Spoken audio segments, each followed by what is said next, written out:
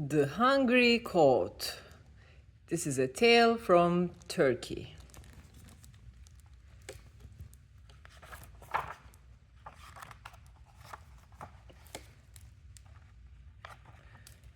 This book is for all who wear heaven in their hearts.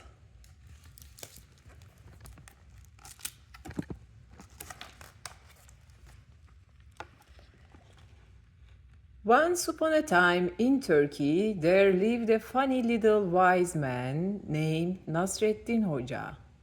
He wore a huge white turban and a worn-out coat made of patches upon patches. Riding about on his little gray donkey, he liked to help whomever he could.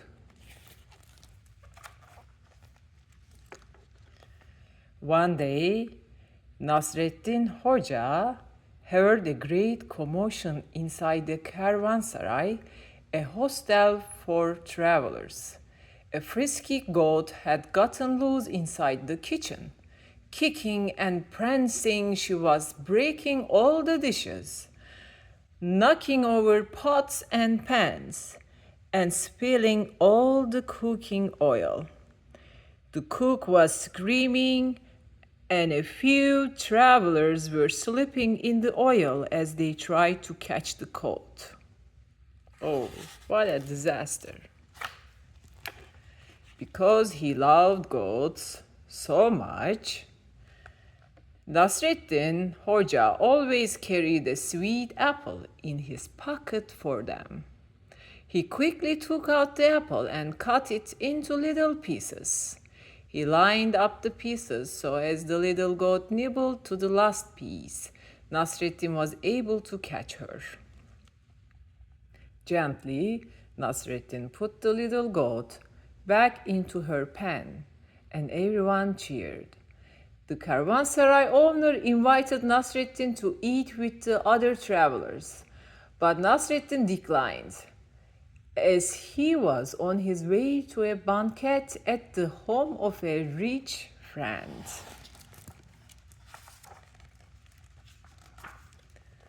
Nasreddin trotted off, waving to all and happy to have helped.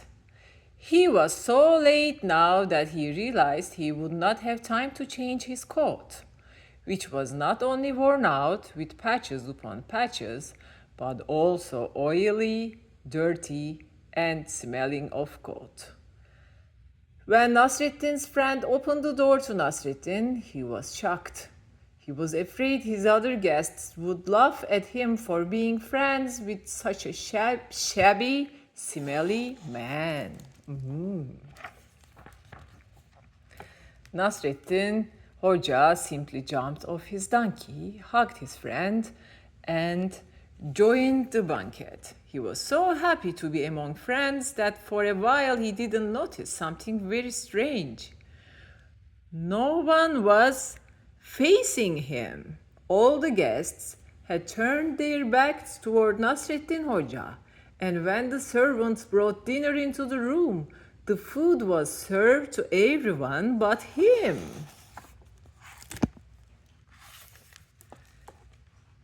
Before long, Nasreddin was left sitting alone with nothing at all to eat. Several times he tried to start the conversation by yelling to a guest at the opposite side of the room, but no one listened and no one responded. Nasreddin looked thoughtfully at his friends. Each man was scrubbed until he glistened. Each one was wearing his best coat. Then Nasreddin Hoca looked down at his own coat, worn out with patches upon patches, oily, dirty, and smelling of goat.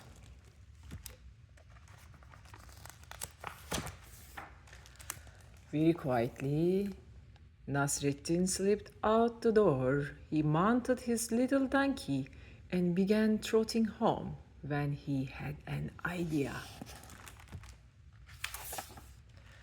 At home, Nasreddin Hoca jumped into a tub of hot water, poured in a whole jar of perfumed soap crystals, and scrubbed himself until he glistened and the whole room was filled with bubbles. Nasreddin Hoca dried and powdered himself. Then he put on new shoes with tasseled toes, a magnificent new turban with sparkling jewels, and a fine new coat of shining silk with golden threads. Nasreddin Hoca preened himself before a mirror. Never had he been so completely well dressed. Never had anyone worn a coat like this one. How fine he looked! Now he's ready for the banquet. Nasreddin strutted out of his house.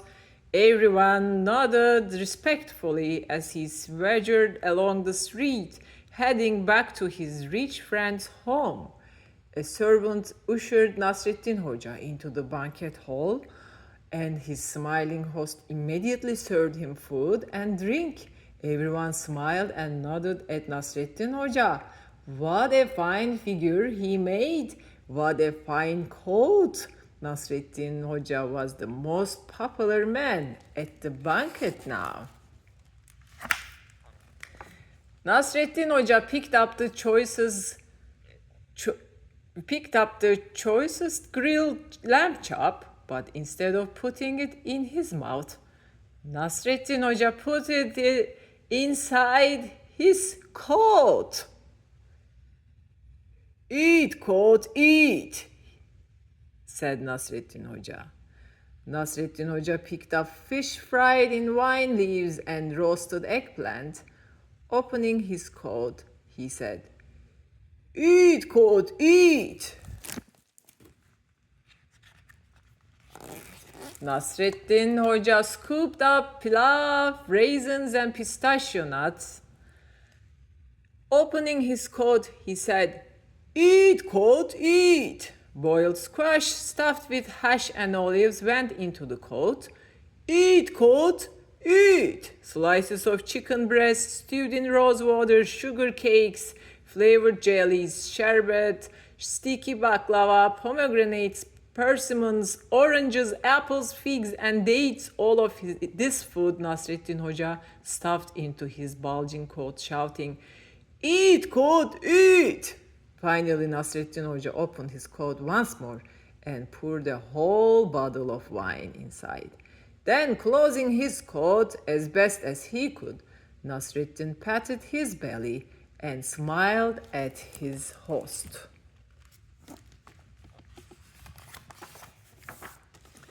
All the guests were amazed. What was Nasreddin Hoca doing? At last, the alarmed host said, "Tell me, my friend, why are you feeding your coat?" "Surely you wanted my coat to eat," Nasreddin Hoca replied. "When I first arrived in my old coat made of patches upon patches, there was no food for me. Yet when I came back in this new coat, there was every kind of food for me. This shows it was the coat and not me that you invited to your banquet."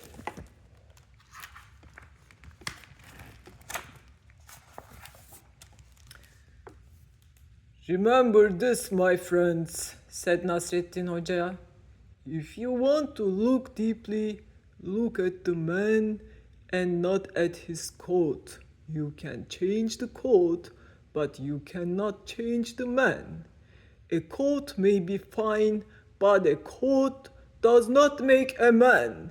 Outside a man may wear a sheepskin, but inside he may wear the heart of a wolf. Many a good man may be found under a shabby coat. With coats, new are the best, but with friends, old are the best," he said. Everyone cheered. "The wisdom of Nasreddin Hoca calls for celebration," exclaimed the host. Music and fireworks resounded, and everyone danced under the stars of heaven. He who wears heaven in his heart is always well dressed. And this is the end.